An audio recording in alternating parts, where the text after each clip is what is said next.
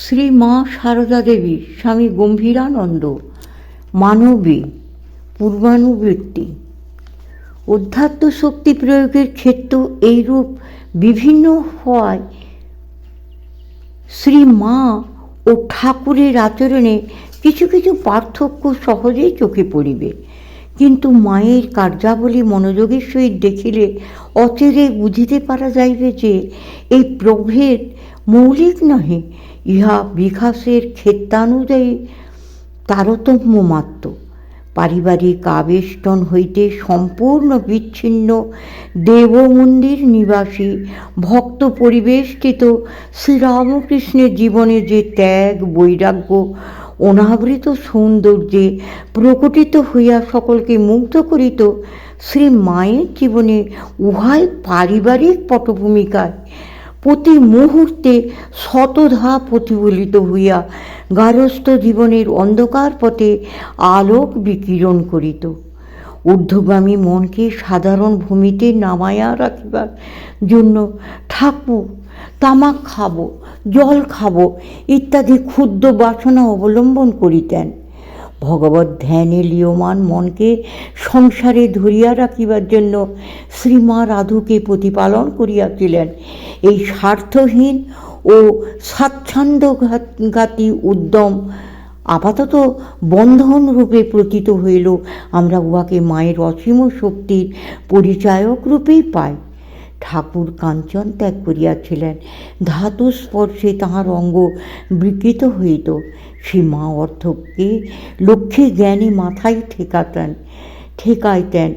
বস্তুকে বস্তুরূপে ত্যাগ ও ব্রহ্মভাবে গ্রহণ উভয়ই মূলত জ্ঞান বৈরাগ্যেরই দ্যোতক।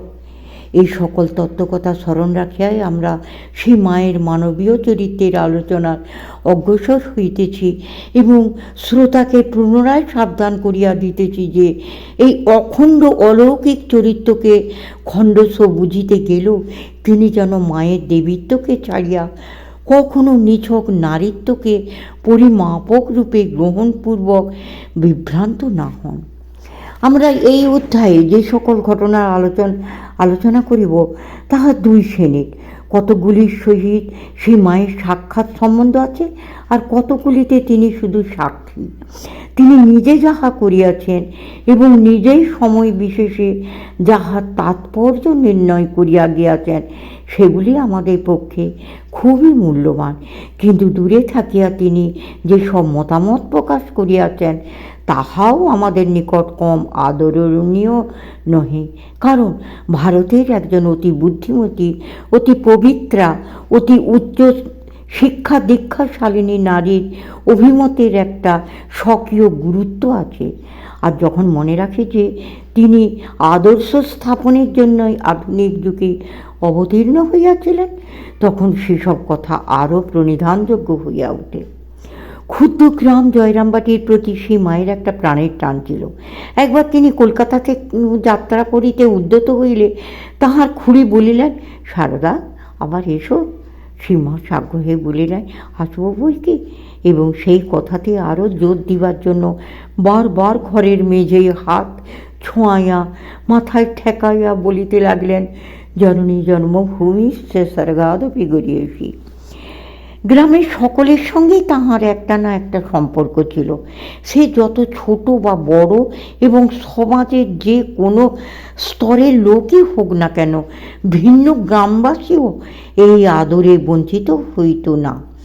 বিজয়া দশমীর দিন সকলে যখন তাহাকে প্রণাম করিয়া আশীর্বাদ লইয়া ফিরিত, তখন তিনি ভিন্ন গ্রামীয় প্রতিমা শিল্পী কুঞ্জ কাকার খবর লইতে এবং তাহাকে ডাকিয়া আদর জন্য কইতে ভুলিতেন না। এসব স্থলে তাহার নিজের উচ্চ সামাজিক স্থিতি বাধা দিতে পারিত না। ভক্ত বীর গিরিশচন্দ্র এক সময়ে বলিয়াছিলেন যে এই যুগে শ্রী রামকৃষ্ণ সকলকে জয় করিয়াছেন। শ্রী মায়ের জীবনেও এই ত্রিনাদপি শুনিছেন ভাব সুপ্রতিষ্ঠিত ছিল। শেষ বয়সে তিনি যখন অধিক পরিশ্রম করিতে পারিতেন না, তখন জয়রাম বাড়িতে এক বৃদ্ধা ব্রাহ্মণী তাহার বাড়িতে রান্না করিতেন। শ্রীমা তাহাকে মাসিমা বলিয়া ডাকিতেন।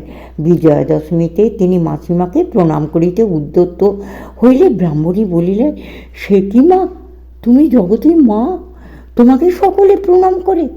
আমি সামান্য মেয়ে মানুষ, আমি তোমার প্রণাম সহ্য করতে পারবো না। মা তবু ছাড়িলেন না, তাহাকে প্রণাম করিলেন ও বলিলেন, তা কি হয়, তুমি আমার মাসিমা যে? এসব সম্বন্ধের মধ্যে একটুও কৃত্রিমতা ছিল না। একবার সেই মায়ের খুড়তো ভাই সূর্যনারায়ণ কলকাতা হইতে তাঁর সঙ্গে দেশে যাইবার সময় বিষ্ণুপুরে পৌঁছিয়া দেখিলেন যে এমন একটা জিনিস ফেলিয়া আসিয়াছেন, যাহা লইয়া যা আবশ্যক। অমনি কলকাতায় তার করা হইল, যাহাতে উহার পরের গাড়িতে আসে। উহা না আসা পর্যন্ত তাহাকে একাকী রাখিয়া যাইতে অসম্মত হইয়া সে মা বলিলেন, সূর্য কি আমার পর? জাতি বিচার সম্বন্ধে অনেক কথা আমরা পূর্বে উল্লেখ করিয়াছি। ঠাকুরের বাণী ভক্তের জাত নয়, তিনি আক্ষরিক অর্থেই গ্রহণ করিয়াছেন বলিয়া মনে হয়। তবে ধর্মজগতে এই সাম্য মানিয়া লইলেও তিনি সমাজ বিপ্লবের পক্ষপাতী ছিলেন না। লৌকিক ব্যবহারে সমাজ ব্যবস্থায় মানিয়া চলিতেন। জনৈক দীক্ষাতির কুলগুরু আছেন জানিয়া তিনি মন্ত্রদানে অসম্মত হইয়া বলিয়াছিলেন, কুল ধর্মানুযায়ী চলা উচিত, জাতি বিচার সংসারে থাকলে মেনে চলতে হয়। মায়ের শেষ অসুখের সময় যখন তাহাকে পাউরুটি দিবার ব্যবস্থা হয়, তখন তিনি বলেন, বাবা, আমার এই শেষকালটায় আর আমাকে মুসলমানের ছোঁয়াটোয়া খাইও না। কাজে তাহাকে ব্রাহ্মণের প্রস্তুত রুটি দেওয়া হইত। পরে কলের তৈরি বলিয়া বুঝাইয়া মিল্ক রোল পাউরুটি দেওয়া হইয়াছিল। এই সময় তাহার খুব অরুচি, অল্প দুইটি ভাত খান। একদিন খাইবার সময় ডাক্তার কাঞ্জিলাল আসিয়া দেখিলেন ভাতের পরিমাণ একটু বেশি হইয়াছে। অমনি সেবিকাকে ভর্ৎসনা করিয়া বলিলেন যে তাহার দ্বারা ঠিক সেবা হইবে না, সুতরাং পরদিন হইতে 2 জন নার্সের ব্যবস্থা করা হইবে। ডাক্তার চলিয়া গেলে মা সেবিকাকে বলিলেন, হ্যাঁ, আমি সেই জুতো পরা মেয়েগুলোর সেবা নেব, ও মনে করেছে, তা আমি পারবো না। তুমি কাজকর্ম যেমন করছো করবে।